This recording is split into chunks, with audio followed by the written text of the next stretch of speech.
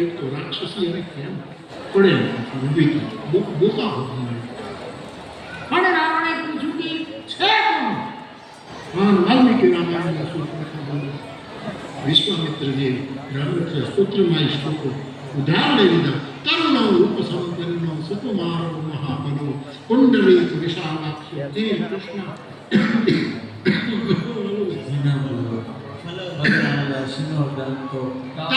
બ્રહ્મચારીનો પુત્રો દશરથસ્યેતુ રાવણો રામ લક્ષ્મણ તરુણો રૂપ સંપન્ન દશાનન જુવાન બે યુવાન રૂપનો તરુણો રૂપ સંપન્ન સુકુમારો કુમાર વિસ્તાર સુકુમારો હાથમાં બળ છે સુકુમારો મહાબલો કમળના જેવી હાથ કલકર વસ્તુઓ ધારણ કરી આવા બે રાજકુમારો એને મારી મસ્કરી કરી. એના નાના ભાઈ મારા નાપકાન કાપે ખડકુશને કીધું ઉપાડી દીધા.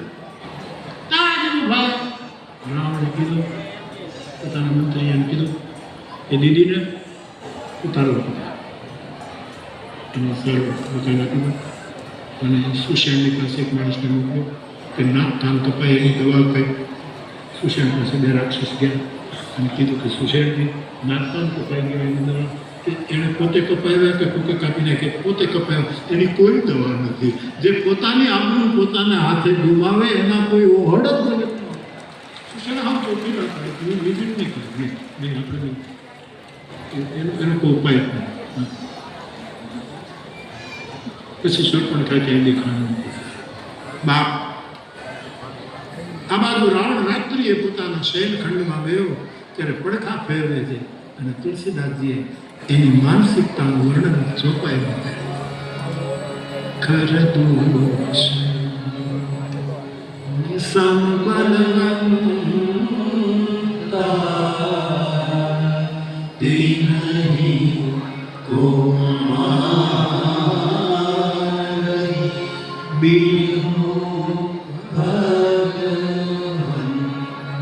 રાવણ વિચાર કરે ખરદૂષણ મારે જેટલા જ મળવાનું છે એને ભગવાન સિવાય કોઈ મારી ન શકે.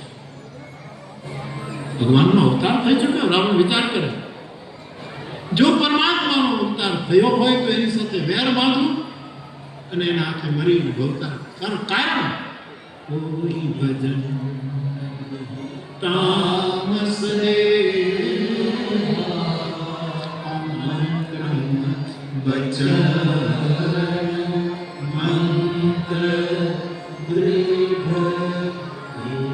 મારાથી ભજન નહીં થાય હું વેર બાંધીને જ કરું. આવું મંત્ર દઢ કર્યો. નિર્ણય થયો. સવાર પડતા રાવણ મારીચની પાસે ગયો. મારીચને કહ્યું મારી સાથે આવો મારે સીતાનું અપહરણ કર્યું. મારીચે કહ્યું